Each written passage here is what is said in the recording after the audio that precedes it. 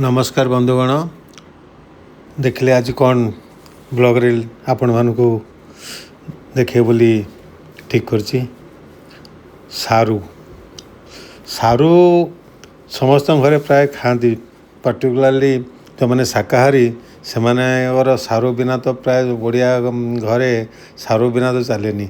सारू डालमा सारू आलू सारू बिलाती अण आलू आउ बड़ी आउ सजना छुईर झोल तरकारी बड़ आउ सारू शागरे पड़ो बेसरे पड़ो सागु भजा भी हो सागु सारू पोड़ा भी हो पार आ सारू अनेक खाद्य तैयारी हुए आमर ओडिया घरे बड़ प्रिय खाद्य सारू। तेणु मोर भी बड़ प्रिय खाद्य शाकाहारी लोक तो तेणु आज भाविली टी सारू विषय दीपत कथबार्ता हवा। तेणु मोर मु डॉक्टर विचित्रानंद मिश्र आपन स्वागत करुच्ची मोर ये चैनल को। आओ सारू तो आगुरी लगाई टी आमर जगह बढ़ला और टी लगे तेणु हाटरू आणली जाई सारू पुआ हाटरू सारू पुआर बहुत डिमांड। मु गत हाट बाड़े ताको किसी बइना दे आसती आउ से मो पाई सारू रखी अलग लुचिक रखा पछाड़ देखना सामने रखी नाला आउ तेणु मु सेठू सारू पुआ नहीं कि आसली घरे आगुरी सारू लगाई सारी किंतु पुणी आउ टे जगह बढ़ी आउ जो आमर गोटे पटे बहुत उर्वर खतुआ माटी अच्छी सेठी सारू भल हुए प्रति वर्ष आम लगो।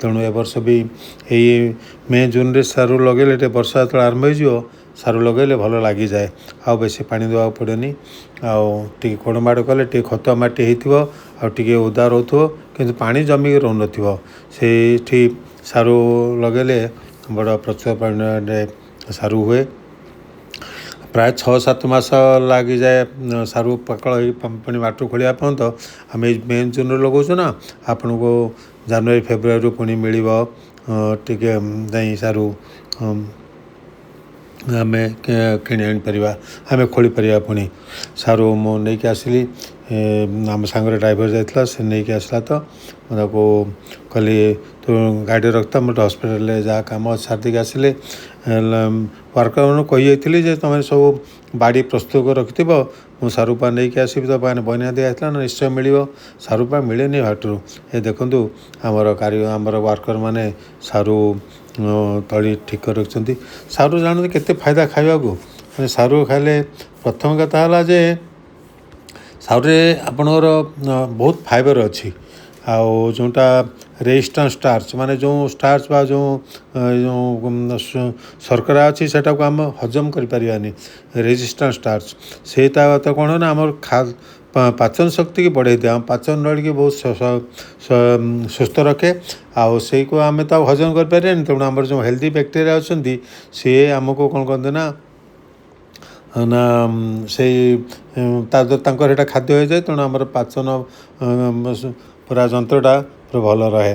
आ द्वितीय फायदा है यार हजम तार बहुत फाइबर था ना बेस देह को जाए तेणु आमर मल द्वारा बाहर जाए तेणु आमर वेट भी ये को कंट्रोल कर साहाय्य करे बेसी यदि आम सारू खाइबे बेसी माने रेगुलर खाइबे यदि ताले आमर वेट भी बढ़िबनी आउ यार ग्लाइसेमिक इंडेक्स भी कम अच्छे आलू अपेक्षा तेणु ब्लड सुगार सुट अप कर बहुत कम चांस अच्छी आउ याद पोटासियम अच्छी पोटासियम थी द्वारा कौन हुए ना आम हार्ट को एटा रक्तचाप ब्लड प्रेशर आउ हार्ट रो कार्यक्षमता को ये बढ़ाई दिए तेणु हार्ट अटैक भली रोग रही यार टिकरू सी हमको रक्षा करे आउ यार इम्यूनिटी पावर बहुत थाए माने vitamin A uh vitamin C अच्छी तो तेणु यार आमको इम्यूनिटी एंटी ऑक्सीडेंट काम करे तेणु आमर आखि आउ स्किन आउ हेयर ये सब को बहुत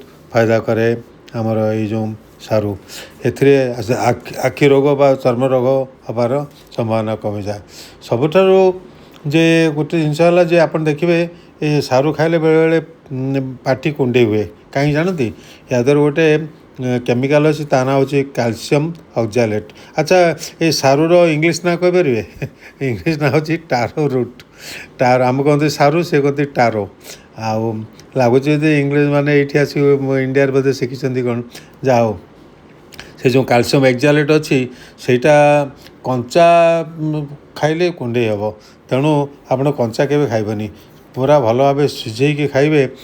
ଭଲ ସାରୁ ଯଦି ସିଝି ଯାଇଥିବ ତାହେଲେ ସେ କ୍ୟାଲସିୟମ୍ ଏକ୍ଜାଲେଟ୍ ଯେଉଁଟା କମ୍ପାଉଣ୍ଡଟା ସେଇଟା ବ୍ରେକ୍ କରିଯିବ, ଭାଙ୍ଗି ଯାଇଥିବ। ଆଉ ତେଣୁ ସାରୁ ଆଉ କୁଣ୍ଡେଇ ହେବନି। ଆପଣ ସାରୁ ଖାଇଲା ବେଳେ ଦେଖିବେ ଯଦି ଚିପିକି ଦେଖିବେ ଯେ ସିଝି ନଥିବ ତାହେଲେ ତାକୁ ବାହାର କରିଦେବେ ବା ଏଭଏଡ଼୍ କରିବେ। ବା ସବୁବେଳେ ପ୍ରେସର୍ କୁକର୍ରେ ରାନ୍ଧିଲେ ତ ସାରୁ ପକ୍କା ସିଝିଯାଏ, କିନ୍ତୁ ଶାଗରେ ପଡ଼ିଥିବା ସାରୁ ଛୋଟ ଛୋଟ ପିସ୍ କରିବେ ଯଦି ସେ ସିଝିବ। ବଡ଼ ପିସ୍ ଥିଲେ ଆମର ଶାଗରେ ଆଉ ବେସରରେ ସାରୁ ଭଲ ସିଝେନି, ବେସନ ସିଝିବାକୁ ପଡ଼େ। ନହେଲେ ପ୍ରେସର୍ କୁକର୍ରେ ସିଝେଇଲେ ପୁରା ସିଝିବ, ଆଉ ପାଟି କୁଣ୍ଡେଇ ହେବନି।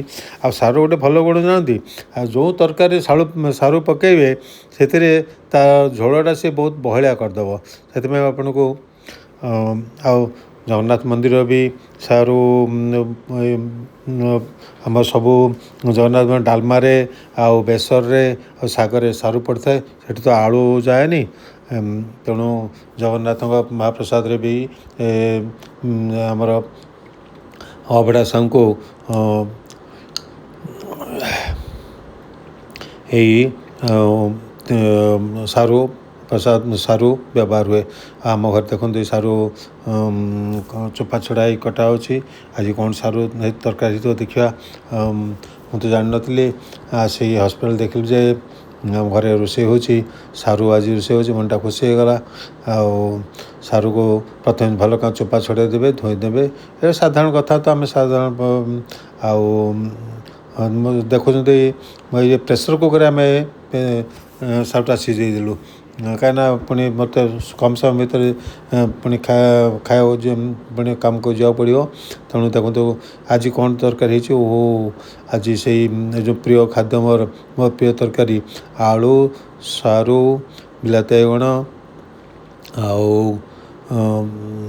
ଯେଉଁ ବଡ଼ି ସେଇ ଯେଉଁ କମ୍ବିନେସନ୍ଟା ବହୁତ ଟେଷ୍ଟି, ବହୁତ ମାନେ ଶାକାହାରୀ ଲୋକଙ୍କ ପାଇଁ ଏଇଟା ତ ପ୍ରିୟ ଖାଦ୍ୟ।